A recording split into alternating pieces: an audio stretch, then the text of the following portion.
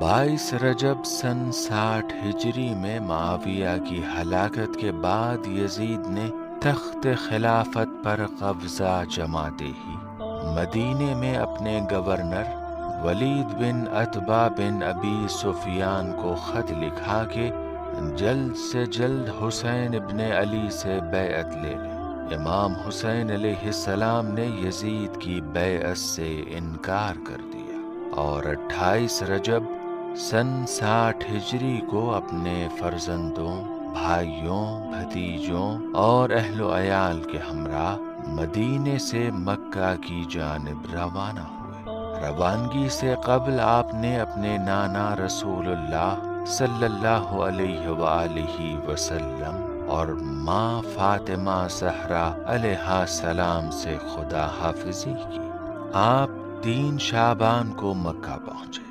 امام حسین علیہ السلام نے مکہ میں ذی الحجہ کے شروع میں ہی خطرے کو بھانپ لیا تھا، کیونکہ آپ کو خوف تھا کہ کہیں یزید کے سپاہی آپ کو گرفتار کر کے شہید نہ کر دیں اور اس طرح خانہ خدا کعبہ شریف کی حرمت پامال نہ ہو جائے۔ امام حسین علیہ السلام 8 ذی الحجہ سن 60 ہجری کو اپنے اہل خانہ اور شیعوں کے ہمراہ حج کو عمرے میں تبدیل کر کے مکہ سے عراق کے لیے روانہ ہوئے۔